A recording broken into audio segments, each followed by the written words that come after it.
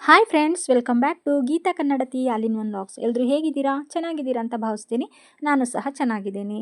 ಯಾರೆಲ್ಲ ನನ್ನ ಚಾನಲ್ನ ಫಸ್ಟ್ ಟೈಮ್ ನೋಡ್ತಾ ಇದ್ದೀರಾ, ದಯವಿಟ್ಟು ಸಬ್ಸ್ಕ್ರೈಬ್ ಮಾಡಿ, ಸಪೋರ್ಟ್ ಮಾಡಿ ಅಂತ ಕೇಳ್ಕೊಳ್ತಾ ಇದ್ದೀನಿ. ಇವತ್ತು ಈ ವಿಡಿಯೋದಲ್ಲಿ ಶ್ರೀ ಶ್ರೀ ಶ್ರೀ ಗುರು ಪರದೇಶಿಕೇಂದ್ರ ಸ್ವಾಮೀಜಿಗಳ ಸುಕ್ಷೇತ್ರ ಅಥವಾ ಶ್ರೀಮಠ ಇದರ ಬಗ್ಗೆ ನಿಮಗೆ ವಿಡಿಯೋನ ಮಾಡಿ ತೋರಿಸ್ತಾ ಇದ್ದೀನಿ. ದಯವಿಟ್ಟು ಪೂರ್ತಿ ವಿಡಿಯೋ ನೋಡಿ ನಮ್ಮ ಮಠವನ್ನು ನೋಡಿ ಅಂತ ಹೇಳ್ತಾ ಇದ್ದೀನಿ. ನಾನು ಇಲ್ಲೇ ಸ್ಕೂಲಲ್ಲಿ ವರ್ಕ್ ಮಾಡ್ತಾ ಇರೋದು, ಮಠದ ಸ್ಕೂಲಲ್ಲಿ. ಹಾಗಾಗಿ ನಾನು ಮಾಡ್ಬೋದಿತ್ತು, ಇಷ್ಟು ದಿನದಲ್ಲಿ ವಿಡಿಯೋ ಮಾಡಿದ್ದೀನಿ ಫಾಸ್ಟಾಗಿ. ಬಟ್ ಇಷ್ಟು ನೀಟಾಗಿ ಮಾಡೋಕ್ಕಾಗಿರಲಿಲ್ಲ, ಯಾಕಂದರೆ ಯಾವಾಗಲೂ ಜನ ಇರ್ತಾರೆ.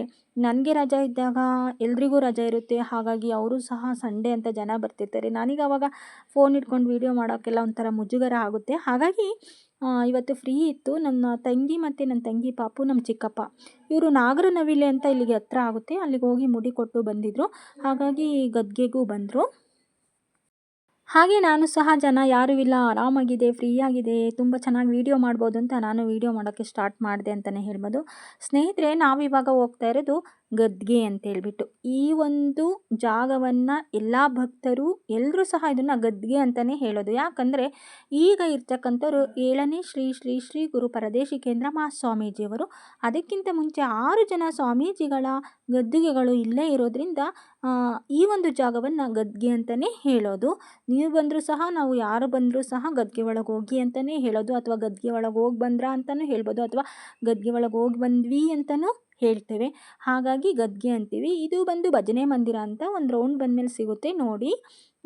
ಈಗ ಇಲ್ಲಿ ನಾವು ಮೊದಲನೇ ಗುರುಗಳ ಗದ್ಗೆಗೆ ಹೋಗ್ತಾ ಇದ್ದೀವಿ. ಹಾಗೆ ಮೊದಲನೇ ಗುರುಗಳು, 2ನೇ ಗುರುಗಳು, 3ನೇ ಗುರುಗಳು, 4 ಮತ್ತು 5ನೇ ಗುರುಗಳು, 6ನೇ ಗುರುಗಳ ಗದ್ಗೆಗಳು ಸಹ ನೀವು ನೋಡ್ಬೋದು. ಯಾಕಂದರೆ ಅಮಾವಾಸ್ಯೆಯಲ್ಲಿ ತುಂಬಾ ರಶ್ ಇರುತ್ತೆ, ಎಲ್ಲ ಗದ್ಗೆಗಳು ಓಪನ್ ಇರುತ್ತೆ. ಆದರೆ ಈ ಸಮಯದಲ್ಲಿ ಯಾವುದೇ ಗದ್ಗೆ ಓಪನ್ ಇರಲ್ಲ. ಬೆಳಗ್ಗೆ ಪೂಜೆ ಮಾಡಿಬಿಟ್ಟು ಕ್ಲೋಸ್ ಮಾಡಿರ್ತಾರೆ. 5ನೇ ಗದ್ಗೆಯಲ್ಲಿ ಮಾತ್ರ ಪೂಜೆಯನ್ನು ಮಾಡಿಕೊಡ್ತಾರೆ ಸ್ನೇಹಿತರೆ. ಹಾಗಾಗಿ ಪೂರ್ತಿ ವಿಡಿಯೋನ ನೋಡಿ. ಇದು ಮೊದಲನೇ ಗದ್ಗೆ. ಇಲ್ಲಿ ಮೊದಲನೇ ಗುರುಗಳು ಅಥವಾ ಮೂಲ ಗುರುಗಳು ಏನಿದ್ದಾರೆ, ಅವರು ಹಾಗೆ ಜೀವಂತವಾಗಿ ಐಕ್ಯವಾಗಿದ್ದರು ಅಂತ ಹೇಳ್ತಾರೆ. ಹಾಗಾಗಿ ಇದು ಮೂಲ ಗುರುಗಳ ಜಯಂತಿ ಅಂತಲೂ ಸಹ ಇಲ್ಲಿ ಮಾಡ್ತಾರೆ. ತುಂಬ ಜೋರಾಗಿ ಮಾಡ್ತಾರೆ, ಭಕ್ತರೆಲ್ಲ ಆಗಮಿಸ್ತಾರೆ. ಫ್ರೆಂಡ್ಸ್, ಏನು ಗೊತ್ತಾ ನೋಡಿ, ಈ ಜಾಗ ಇದೆಯಲ್ಲ, ಇಲ್ಲಿ ಅಮಾವಾಸ್ಯೆ ದಿನ ತುಂಬ ಜನ ಮಲಗ್ತಾರೆ. ಅದು ಏನು ಅಂದರೆ, ಯಾರಿಗೆ ಏನೇ ಸಮಸ್ಯೆ ಇದ್ದರೂ ಪರಿಹಾರ ಆಗುತ್ತೆ ಅನ್ನೋ ನಂಬಿಕೆಯಿಂದ ತುಂಬ ಜನ, ಅಂದರೆ ಇಷ್ಟೆಲ್ಲ ಜಾಗನೇ ಇರಲ್ಲ, ಎಲ್ಲರೂ ಅಲ್ಲಿ ಮಲಗಿರ್ತಾರೆ ನೋಡಿ. ಪಾರ್ಕ್ ಎಲ್ಲ ತುಂಬಾ ಚೆನ್ನಾಗಿದೆ. ನಮ್ಮ ಪಾಪು ಫೋಟೋ ಎಲ್ಲ ತೆಗೆಸ್ಕೊಳ್ಳೋದು, ವಿಡಿಯೋ ಮಾಡ್ತಾ ಇದ್ವಿ. ಹಾಗೆ ನೋಡಿ ಫ್ರೆಂಡ್ಸ್, ತುಂಬ ಚೆನ್ನಾಗಿದೆ ಪಾರ್ಕು. ಒಂದ್ಸರಿ ಬಂದು ಹೋಗಿ ನಮ್ಮ ಮಠಕ್ಕೆ ಅಂತ ಹೇಳ್ತೇನೆ. ಇದು ನಾವು 1ನೇ ಗದ್ಗೆಯಿಂದ ಹೋಗ್ತಾ ಇರೋದು. ಮುಂದೆ ಇರ್ತಕ್ಕಂಥ ಗದ್ಗೆಗಳಿಗೆ ಹೀಗೆ ಹೋಗಬೇಕು. ಹಾಗಾಗಿ ವಿಡಿಯೋ ಮಾಡಿದ್ದೀನಿ. ಪೂರ್ತಿ ವಿಡಿಯೋ ನೋಡಿ. ನಾನು ಮ್ಯೂಸಿಕ್ ಕೊಡ್ತೀನಿ, ಆಮೇಲೆ ಮಾತಾಡೋಲ್ಲ. ಹಾಗೆ ನಮ್ಮ ಮಠದ ಬಗ್ಗೆ ಹೇಳಬೇಕಂದ್ರೆ, ನಿಜವಾಗ್ಲೂ ಇಲ್ಲಿ ಹಾಸ್ಟೆಲ್ ಇದೆ, ಮತ್ತು ನಮ್ಮ ಮಠದಿಂದ ತುಂಬ ಶಾಲಾ ಕಾಲೇಜುಗಳು ನಡೀತಾ ಇದ್ದಾವೆ.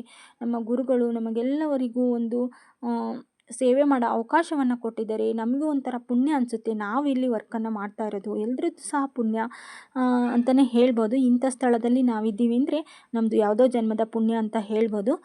ಯಾರಿಗಾದ್ರೂ ಏನಾದರೂ ಸಮಸ್ಯೆ ಇದ್ದರೆ ಅಥವಾ ಮಕ್ಕಳಾಗಿಲ್ಲ ಅಂದರೆ ಇಲ್ಲಿ ಬಂದು ಪ್ರತಿ ಅಮಾವಾಸ್ಯೆ, 3 ಅಮಾವಾಸ್ಯೆ ಈ ಥರ ನೀರು ಹಾಕಿಸ್ಕೊಂಡು ಹೋಗ್ತಾರೆ. ಅದರ ಪ್ರತಿಫಲನೂ ಸಿಕ್ಕಿದೆ ಎಲ್ರಿಗೂ. ಹಾಗಾಗಿ ಅಮಾವಾಸ್ಯೆಯಲ್ಲಿ ತುಂಬ ಜನ ಇಲ್ಲಿ. ಯಾಕಪ್ಪ ಅಮಾವಾಸ್ಯೆಯಲ್ಲಿ ಅಂದರೆ ಅದಕ್ಕೆ. ನೋಡಿ ಫ್ರೆಂಡ್ಸ್, ಇದು ಗದ್ಗೆಯಿಂದ ಹೊರಭಾಗ ಅಲ್ಲಿ ಸ್ಕೂಲ್ ಕಾಣಿಸ್ತಿದೆಯಲ್ವಾ, ಆ ಬಿಲ್ಡಿಂಗಲ್ಲಿ ಸ್ಕೂಲು, ಕಾಲೇಜು ಮತ್ತು ಪ್ರೈಮರಿ ಎಲ್ಲ ಕ್ಲಾಸಸ್ಸು ನಡೆಯುತ್ತೆ. ಅಲ್ಲೇ ನಾನು ಸಹ ಟೀಚ್ ಮಾಡೋದು. ನಾನು ಪರ್ಮಿಷನ್ ಕೇಳ್ಕೊಂಡು ಬಂದಿದ್ದೆ, ನಮ್ಮ ಸಿಸ್ಟರ್ ಬಂದಿದ್ದಾರೆ ಅಂತ ಹೇಳ್ಬಿಟ್ಟು. ಹೀಗೆ ಮತ್ತು ನಮ್ಮ ಮಠದಲ್ಲಿ ಪ್ರತಿ ವರ್ಷ ಸಪ್ತಾಹ ಅಂತ ಮಾಡ್ತಾರೆ, 7 ದಿನ ನಡೆಯುತ್ತೆ. ದಯವಿಟ್ಟು ಬನ್ನಿ ಅಂತ ಹೇಳ್ತಾ ಇದ್ದೀನಿ.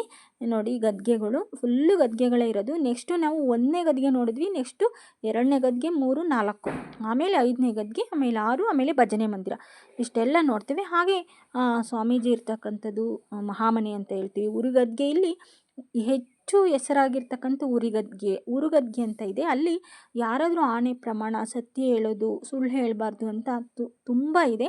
ಹಾಗಾಗಿ ಅಲ್ಲಿಗೆ ಬರ್ತಾರೆ. ಅದನ್ನು ಸಹ ವಿಡಿಯೋದಲ್ಲಿ ಮುಂದೆ ನೋಡ್ಬೋದು ನೀವು. ವಿಡಿಯೋ ಕಂಟಿನ್ಯೂ ಆಗಿ ನೋಡಿ, ಮ್ಯೂಸಿಕ್ ಕೊಡ್ತೀನಿ. ಹಾಗಾಗಿ ತುಂಬ ಚೆನ್ನಾಗಿದೆ, ಬನ್ನಿ ಅಂತ ಹೇಳೋಕ್ಕೆ ಇಷ್ಟಪಡ್ತೇನೆ.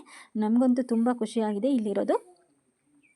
ನೋಡಿ, ಅಲ್ಲಿ ಮೊದಲನೇ ಗುರುಗಳ ಗದ್ಗೆ ನೋಡಿದ್ವಿ. ಇಲ್ಲಿ ಎರಡನೇ ಗುರುಗಳ ಗದ್ಗೆ, ಹಾಗೆ ಮೂರನೇ ಶ್ರೀ ಗುರು ಪರದೇಶಿಕೇಂದ್ರ ಸ್ವಾಮೀಜಿಗಳ ಗದ್ಗೆ, ನಮ್ಮ 7ನೇ ಶ್ರೀ ಗುರು ಪರದೇಶಿಕೇಂದ್ರ ಸ್ವಾಮೀಜಿಗಳು ನಿಜವಾಗ್ಲೂ ಎಲ್ಲ ಗದ್ಗೆಗಳಿಗೂ ಬೆಳ್ಳಿಯನ್ನು ಹಾಕ್ಸಿ ತುಂಬ ಸೊಗಸಾಗಿ ಮಾಡಿದ್ದಾರೆ ಅಂತಲೇ ಹೇಳ್ಬೋದು. ನೋಡಿ 4ನೇ ಶ್ರೀ ಗುರು ಪರದೇಶಿಕೇಂದ್ರ ಸ್ವಾಮೀಜಿಗಳ ಗದ್ಗೆ. ಸಪ್ತಾಹದಲ್ಲಿ ಅಮಾವಾಸ್ಯೆಲಂತೂ ಫುಲ್ಲು ಜನ ಇರುತ್ತೆ. ನಿಜವಾಗ್ಲೂ ನನಗೆ ಇವತ್ತು ಇಷ್ಟು ಜನ ಇಲ್ದಿರೋದು ವಿಡಿಯೋ ಮಾಡೋಕ್ಕೆ ಮತ್ತು ನಿಮಗೆ ಈ ನಮ್ಮ ಮಠವನ್ನು ಪರಿಚಯ ಮಾಡಿಸೋದಕ್ಕೆ ತುಂಬಾ ಒಳ್ಳೆ ಟೈಮ್ ಅಂತ ಹೇಳ್ಬೋದು. ಈಗ ನಾವು 4 ಗದ್ಗೆ ಆದಮೇಲೆ 5ನೇ ಗದ್ಗೆಗೆ ಹೋಗ್ತಾ ಇದ್ದೀವಿ.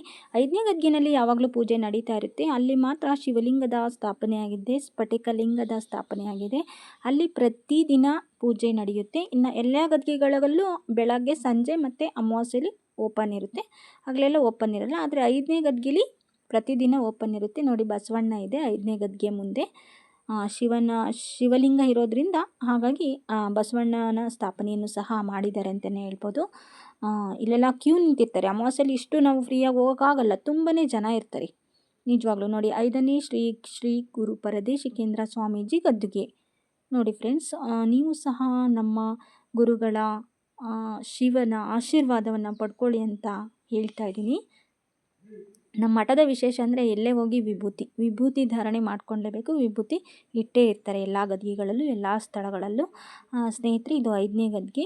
ನೆಕ್ಸ್ಟು 6ನೇ ಗದ್ಗೆಯಲ್ಲಿ ಅಲ್ಲೂ ಸಹ ಬಾಗಿಲನ್ನು ಹಾಕಿದ್ದಾರೆ. ಅಮಾವಾಸ್ಯೆ ದಿನ ಓಪನ್ ಇರುತ್ತೆ ಅಂತ ಹೇಳಿದೆ. ಮತ್ತು ಬೆಳಗ್ಗೆ ಪೂಜೆ ಆದಮೇಲೆ ಬಾಗಿಲು ಹಾಕಿದ್ದಾರೆ, ಮತ್ತು ಸಂಜೆ ಪೂಜೆಗೆ ಓಪನ್ ಮಾಡ್ತಾರೆ. ನೋಡಿ, ಇದೆ 6ನೇ ಶ್ರೀ ಗುರು ಪರದೇಶಿಕೇಂದ್ರ ಸ್ವಾಮೀಜಿ ಗದ್ದುಗೆ. ನಮ್ಮ ಪಾಪುಗೆ ಅಡ್ಡ ಬೀಳ್ಸೋದೇ ಒಂದು ಸಾಹಸ ಆಗಿಬಿಟ್ಟಿತ್ತು. ಬೀಳ್ತಾನೆ, ಅವನು ಮನಸ್ಸಿಗೆ ಬರಬೇಕಷ್ಟೇ ಅವನಿಗೆ. ಹಾಗಾಗಿ ಅವನಿಗೆ ಎಲ್ಲ ಕಡೆ ಅಡ್ಡ ಬೀಳ್ಸ್ಕೊಂಡು ಕರ್ಕೊಂಡು ಹೋಗ್ತಾ ಇದ್ವಿ. ಹಾಗೆ ನೋಡಿ, ಈಗ ನಾವು 6ನೇ ಗದ್ಗೆ ಹಿಂಭಾಗ ಬಂದಿದ್ದೇವೆ. ಮತ್ತು ನಮ್ಮ ಮಠದಲ್ಲಿ ಏನಪ್ಪ ಅಂದರೆ ಇಲ್ಲಿ ಒಂದು ಬೋರ್ಡನ್ನು ಹಾಕಿರ್ತಾರೆ ಯಾವಾಗಲೂ. ನೆಕ್ಸ್ಟ್ ಅಮಾವಾಸ್ಯೆ ಯಾವಾಗಿರುತ್ತೆ ಅಂತ ನೋಡಿ ಇಲ್ಲಿ ಹಾಕಿದ್ದಾರೆ. ನೋಡಿ, ಓದ್ಕೊಳ್ಳಿ. ಸುಕ್ಷೇತ್ರದಲ್ಲಿ ಮುಂದಿನ ಅಮಾವಾಸ್ಯೆ ಕಟ್ಟಳೆಯು ಮಾರ್ಗಶಿರ ಮಾಸದ ದಿನಾಂಕ 30/12/2024 ನಡೆಯುತ್ತೆ ಅಂತ ಹಾಕಿರ್ತಾರೆ. ಇದು ಸ್ನೇಹಿತರೆ ಬಂದು 5ನೇ ಸ್ವಾಮೀಜಿಗಳ ಫೋಟೋ ಇದು ನೋಡಿ. ಇಲ್ಲಿ ಇದು ಹಳೇ ಭಜನೆ ಮಂದಿರ. ಭಜನೆಯವಾಗ ಇಲ್ಲಿ ಮಾಡ್ತಾಯಿದ್ರು. ಈಗ ನಾನು ಮುಂದೆ ತೋರಿಸ್ತೀನಿ, ದೊಡ್ಡ ಭಜನೆ ಮಂದಿರವನ್ನು ಕಟ್ಟಿದ್ದಾರೆ. ಅಲ್ಲಿ ಭಜನೆಯನ್ನು ಮಾಡ್ತಾರೆ. ನೋಡಿ, ಇಲ್ಲಿ ಶ್ರೀ ಗುರು ಪರದೇಶಿಕೇಂದ್ರ ಸ್ವಾಮೀಜಿ ಭಜನಾ ಮಂದಿರ ಅಂತ ಹೇಳ್ಬಿಟ್ಟು ಮಾಡಿದ್ದಾರೆ. ಇಲ್ಲೂ ಸಹ ಬೋರ್ಡನ್ನು ಹಾಕಿದ್ದಾರೆ. ಅಮಾವಾಸ್ಯೆ ಹಿಂದಿರುತ್ತೆ. ಇದು ಕ್ಲೋಸ್ ಮಾಡಿದ್ದಾರೆ. ಸಂಜೆ ಬೆಳಗ್ಗೆ ಓಪನ್ ಮಾಡ್ತಾರೆ. ಮತ್ತು ಭಾನುವಾರ ಭಜನೆ ಮಾಡಿಸ್ತಾರೆ. ಹರಕೆ ಮಾಡ್ಕೊಂಡಿರೋರು ಪ್ರಸಾದ ಏನಾದರೂ ಮಾಡಿಸಿ ನೈವೇದ್ಯಕ್ಕೆ ಭಜನೆಯನ್ನು ಮಾಡ್ತಾರೆ. ಅಮಾವಾಸ್ಯೆ ದಿನ ಮಾತ್ರ ಹಗಲು ರಾತ್ರಿ ಇದು ಓಪನ್ ಇರುತ್ತೆ. ಗದ್ಗೆ ಭಜನೆ ನಡೀತಾನೆ ಇರುತ್ತೆ. ಮತ್ತು ಸಪ್ತಾಹದಲ್ಲಂತೂ ಇಲ್ಲಿ 7 ದಿನ ಸಪ್ತಾಹದಲ್ಲಿ ಭಜನೆ ನಡೆಯುತ್ತೆ ಅಂತ ಹೇಳಿದೆ. ಮತ್ತು ಇಲ್ಲೂ ಸಹ ಯಾವಾಗ ಅಮಾವಾಸ್ಯೆ ಅಂತ ಹೇಳ್ಬಿಟ್ಟು ನೋಡಿ ಹಾಕಿದ್ದಾರೆ. 24ರಂದು ಅಮಾವಾಸ್ಯೆ ಇದೆ ಅಂತೇಳ್ಬಿಟ್ಟು ಎಲ್ಲರೂ ಸರ್ವ ಭಕ್ತ ಬಂಧುಗಳು ಪಾಲ್ಗೊಂಡು ಶ್ರೀ ಹರಗುರುವಿನ ಕೃಪೆಗೆ ಪಾತ್ರರಾಗಲು ಕೋರಲಾಗಿದೆ ಅಂತ ಹಾಕಿದ್ದಾರೆ. ನಮ್ಮದು ಎಲ್ಲ ಗದ್ಗೆ ಎಲ್ಲ ಮುಗಿದ್ಮೇಲೆ ಇಲ್ಲಿ ಫೋಟೋಸು, ವೀಡಿಯೋಸು, ಸೆಲ್ಫಿನ ತೆಕ್ಕೊಂಡು ನಮ್ಮ ಖುಷಿನ, ನಮ್ಮ ಪಾಪುನ ಹಾಯ್ ಅನ್ನಂದರೆ ಇಲ್ಲ ಅಂತಂತ ಹುಟ್ಟು ತರಲೆ ಅವನು. ಈಗ ಫ್ರೆಂಡ್ಸ್, ನಾವು ಗದ್ಗೆ ಅಂದರೆ ಎಲ್ಲ ಗದ್ಗೆ ನೋಡ್ಕೊಂಡು ಹೊರಗಡೆ ಹೋಗ್ತಾ ಇದ್ವಿ. ಈಗ ಮುಂದೆ ನಮ್ಮ ಮಠದ ವಿಡಿಯೋನ ನೋಡ್ಬೋದು ನೀವು. ಇಲ್ಲಿಂದ ಮುಂದೆ ನೋಡ್ತಾ ಹೋಗಿ ಮನೆ ಗದ್ಗೆ, ಶ್ರೀ ರಂಗನಾಥ ಸ್ವಾಮಿ ದೇವಸ್ಥಾನ ಎಲ್ಲ ಬರುತ್ತೆ. ರಂಗನಾಥ ಸ್ವಾಮಿ ದೇವಸ್ಥಾನ ಹಿಂದಿನ ವಿಡಿಯೋದಲ್ಲಿ ಹಾಕಿದ್ದೇನೆ ನೋಡಿ. ವಾಯ್ಸ್ ಓವರ್ ಕೊಡ್ತಾ ಇಲ್ಲ, ಮ್ಯೂಸಿಕ್ ಕೊಡ್ತಾ ಇದ್ದೀನಿ. ಹಾಗೆ ನಮ್ಮ ಮಠನ ಪೂರ್ತಿ ನೋಡಿ ಹೇಗೆ ಅನ್ನಿಸ್ತು ಕಮೆಂಟ್ ಮಾಡಿ. ದಯವಿಟ್ಟು ಎಲ್ಲರೂ ಒಂದ್ಸರಿ ಬನ್ನಿ. Thank you so much.